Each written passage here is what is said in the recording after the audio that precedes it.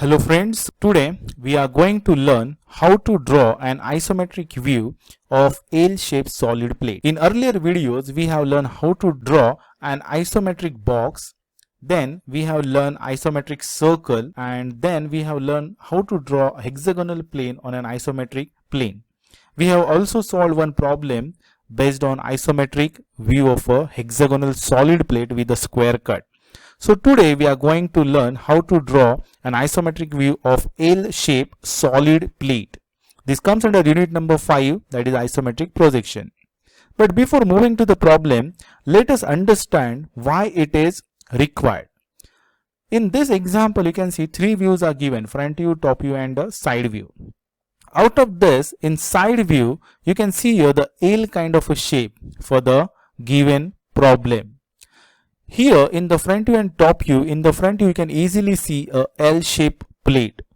Whereas in the third problem, in the side view, you can see a L-type plate. Considering isometric projection problems, you will find problems based on L-shaped plate. So it is very much important to learn this shape and how to draw it on an isometric plane. So this is 2D, or you can say two-dimensional structure of the L shape with the given width and the height, you can say, and it is converted into isometric view. Okay, so this is ortho and this is isometric view of a L-shaped plate. So let's start with the problem. Now here two views are given, and of course we are going with the first angle projection method. So this is front view and this is top view. So dimensions are given to you, and we will start with the drawing an isometric box first. So considering given question, now first I'll calculate the required size for the isometric box. Now this is the structure of isometric box, and we need to find minimum required 3 dimension. First this length, then the vertical and this length. So 3 dimensions are required over here. So let's start with the problem. Now first position the given views. Now here front view and top view are given to you, and considering the front view is on the left of the origin. You can see here it is on the left of the origin. So considering the structure of the isometric box, on the left side of the origin you have to mark front view. So this is your front view plane, and of course this is for the top view, and finally this will become the profile plane for the side view. Now considering the dimensions, so front view has a height of 40, 10 plus 30, so it is 40. So this becomes 40, and considering the base, so these dimensions are given over here, 10 plus 30, so this is again 40. So this becomes 40 and this is 40. So front view is of 40 by 40 is a square. But because of this, what happens, if this is 40, then this is also 40 and this is also 40, because they are equal in a height and parallel to each other. So this is 40, this is 40 and this is also 40.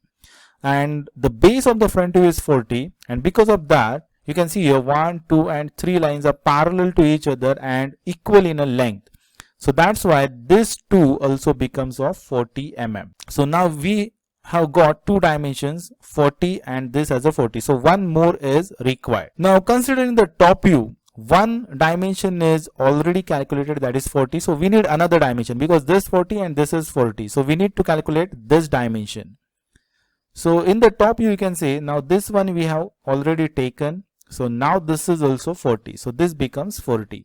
So if this is 40, this is also 40 and this also becomes 40. So you can see here, initially we started with this 2 dimensions. So because of this becomes 40 and this becomes 40. So vertical dimension is 40. Because of this base, we got the required dimension for this line, and using the second dimension of the top view, we got this 40. So we are going to focus on 3 dimensions, this vertical 40, this 40 and this 40 to complete the isometric box. So using the required dimension complete the isometric box, we have already discussed how to draw an isometric box in the lecture number 1. So kindly refer that. Now we'll start drawing L shape. So we are going to start with the front view. So here is the base line which is of 40. So first draw this line 40 mm. Starting with the origin and 40. So darken this. After that, from here I'll move to this point. Okay, so this is again 40 mm. So here, from here to here, the topmost point, so darken this line. So from this point I'll draw a line of width. See, this is a uniform width, that is 10.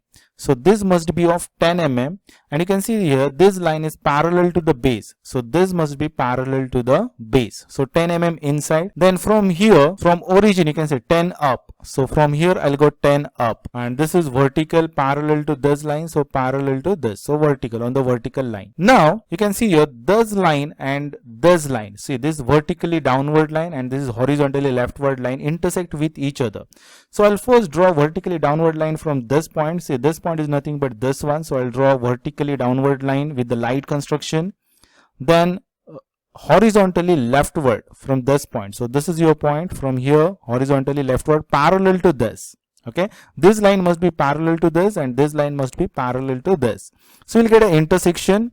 So remove this much portion and keep this one and darken these two lines. So here you can see the L shape on the front plane. So this shape now we have obtained on the front plane. But when you see in the top view,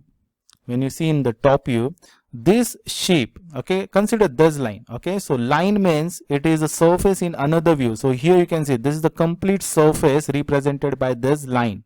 So it has a width of 40 mm, means in front view this line has a width of 40 mm, you can say, or length of the 40 mm.